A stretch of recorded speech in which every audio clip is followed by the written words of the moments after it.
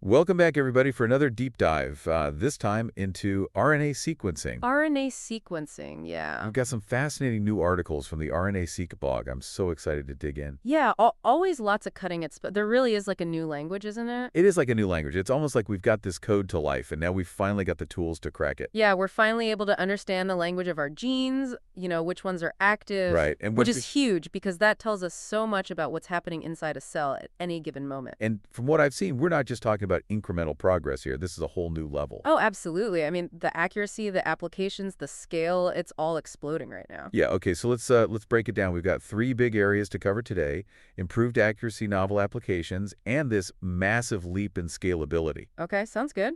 The accuracy thing, I mean, that's got to be the foundation, right? If the data is not reliable. You're building on sand, yeah. Exactly. So there's this new tool, PbImpute, that tackles the problem of dropout zeros in single-cell RNA sequencing. Right, PbImpute. Yeah, it's a game changer. To be honest, I always struggled with that concept. Can you explain it like I'm 5? Okay, so imagine you're trying to listen to someone talking at a really loud party. Okay, done that. Right, so sometimes you miss a word here and there because the music's too loud or someone else is talking over them. That's what's all the time. With dropout zeros, it's like the technology sometimes misses the signal from a gene even though it's there. So it looks like the gene is silent when it's actually... Exactly. It's just expressing at a low level and the tech didn't pick it up. Okay, and PbImpute fixes that. PbImpute is like having noise-canceling headphones at that party.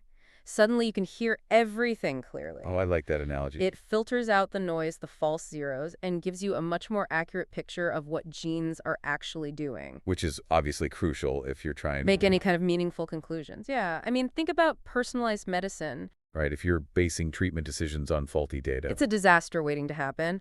With PbImpute, doctors could actually use your unique RNA profile to predict how you'd respond to different treatments. That's incredible. So much more targeted treatments, fewer side effects. That's the promise of personalized medicine, and PbImpute is a big step in that direction. So we talked about refining the tools, but RNA-seq testing is also about completely new possibilities. Oh, yeah, absolutely. I was reading about how it could revolutionize cancer immunotherapy, something about alternative splicing. Alternative splicing. Yeah, that's a fascinating area. I have to admit the science is a bit over my head.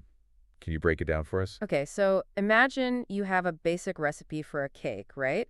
But you can add different ingredients to create variations: chocolate chips, nuts, frosting. Okay, I'm with you. With alternative splicing, it's kind of similar. One gene can produce multiple different proteins, each with its own unique function. It's like the gene has a whole wardrobe of different outfits it can wear. Exactly. And it turns out that cancer cells can be quite fashionable. They can exploit alternative splicing to create proteins that help them hide from the immune system. Wait, so they're like putting on disguises? In a way, yeah. They're making themselves invisible to the body's natural defenses. And RNA sequencing can help us unmask them. Exactly. By analyzing the RNA, we can identify those unique proteins, the ones created through alternative splicing. So it's like giving our immune system a set of blueprints to target these rogue cells. Precisely. That's the idea behind this new wave of immunotherapies. That is so cool. And this could be a game changer for cancers like glioma, right? Glioma is really challenging because it often lacks the specific targets that traditional immunotherapies rely on. Right, they're kind of like master criminals, really good at hiding. But this new approach, this focus on antigens produced through alternative splicing, could be a whole new way to attack them. So RNA sequencing isn't just about understanding what's happening inside cells. It's about using that knowledge to develop incredible new therapies. It's about translating the language of genes into real-world solutions. And it seems the applications go way beyond human health. Oh, yeah, definitely. There were articles about horse pregnancy research and sugar beet breeding using RNA sequencing. It's mind-blowing. It really shows you the power of this technology. We can apply it to anything horses, beets, humans. It's all connected. Exactly. We're all just different expressions of the same basic code. Okay, so let's dive into these examples. Starting with the horses, what were they looking at? Well, they were studying pregnancy, specifically the endometrium, the lining of the uterus before and after embryo implantation. And what did they find? The most striking thing was the similarity in immune cells between early horse pregnancy and early human pregnancy. Wait, so horses and humans, even though their placentas are so different? Yeah, totally different. But at the cellular level, there are these key similarities in how the immune system responds to pregnancy. That's incredible. So we're more alike than we think. Exactly. And RNA sequencing is helping us uncover those hidden connections.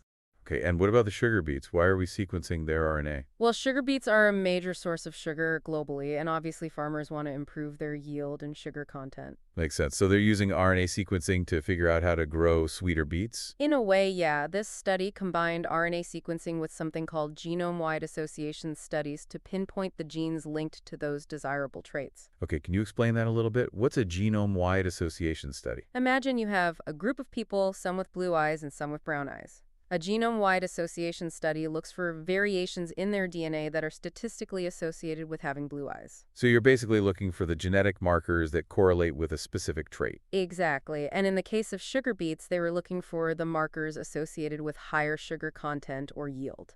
Okay, so by combining RNA sequencing with this genome-wide analysis, they can get a much clearer picture of which genes are responsible for making a sweet and productive beet. Exactly. And that knowledge is incredibly valuable for breeders. So they can breed better beets and make more sugar for everyone. Potentially, yeah. It's a pretty sweet application of RNA sequencing. I love it. So we've got these two studies, one looking at horses, one looking at sugar beets, and yet they're both using RNA sequencing to unlock these incredible insights. It's amazing, right? It really highlights the unifying power of this technology. It's like RNA sequencing is the key to understanding the language of life itself. I like that. It's a language we're only just beginning to decipher. And the pace of discovery is accelerating rapidly, especially with this new ability to analyze millions of cells at once. Millions of cells, yeah. That's where things get really interesting. One company leading the charge is Parch Biosciences.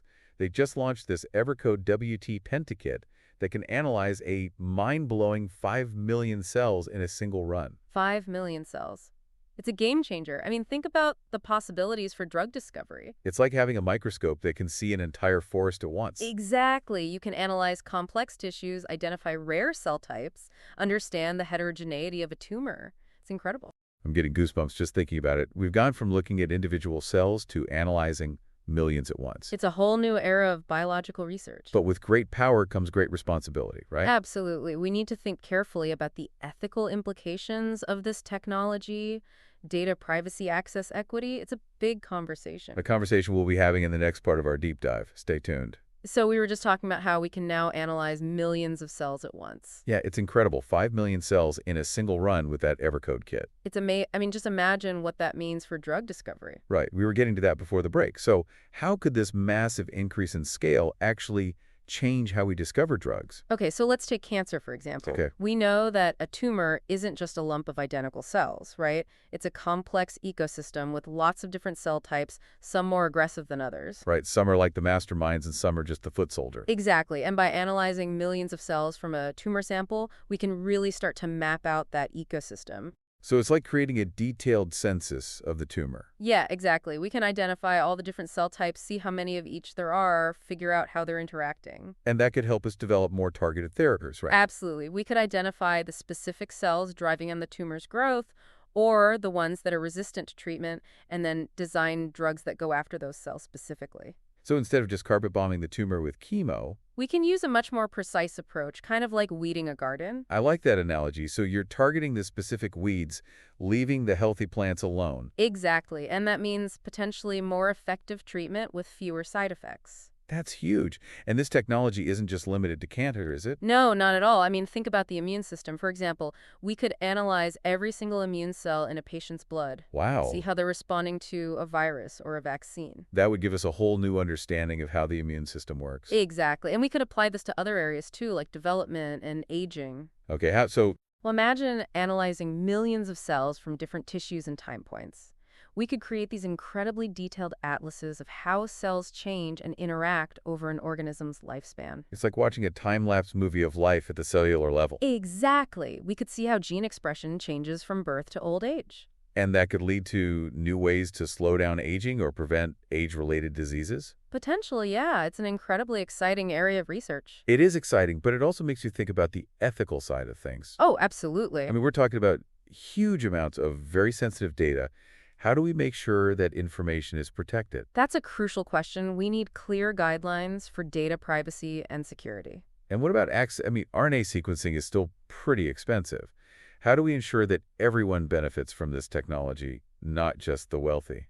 That's another critical issue. We need to advocate for policies that promote access and equity. Yeah, we need to make sure that the benefits of this technology are shared by everyone.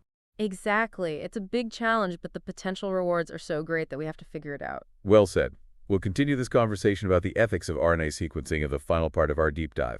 And we are back for the final part of today's deep dive. It's been quite a journey, hasn't it? It really has, from improving accuracy to exploring new applications to scaling up to millions of cells. RNA sequencing is moving so fast, it's hard to keep up. It is. So let's take a step back and think about the bigger picture. What are the key takeaways here? I think the main thing is that RNA sequencing is giving us this incredible window into the world of gene expression. Right, it's like we're finally able to understand the language of life at the molecular level. And that knowledge has implications for everything from human health to agriculture to our understanding of basic biology. So let's revisit some of the specific examples we talked about earlier, like using RNA sequencing to identify new targets for cancer immunotherapy. Right, so remember we were talking about how cancer cells can use alternative splicing to create these unique proteins that help them hide from the immune system. Like they're putting on disguises. Exactly. And RNA sequencing allows us to identify those disguises, those unique proteins that could act as targets for immunotherapy. So it's like giving our immune system a set of blueprints to track down these rogue cells. Precisely. And this could be especially important for cancers like glioma that are often resistant to traditional immunotherapies. Right, because they lack the typical targets